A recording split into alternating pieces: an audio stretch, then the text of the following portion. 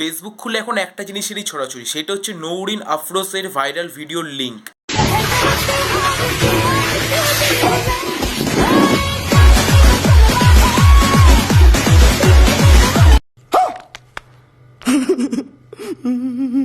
দেবো তোকে দেবো 16 আনা ও মেরে গলিয়া জানা। আর 16 আনা দিয়ে কি হবে? তুমি তো সবাইকে তোমার সোনা দেখিয়েই দিয়েছো।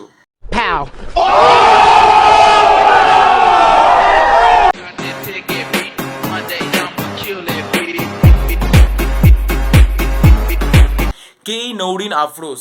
আমি সেটাও জানি না। এই নৌরিন আফরোজের ভাইরাল ভিডিওর লিঙ্কটা কোথা থেকে পাবো সেটাও আমি জানি না, কিন্তু এইটা জানি এই ভিডিওটা সম্পূর্ণ ফেক। হ্যাঁ বে গান্ডু, এটা ফেক ভিডিওই চলছে।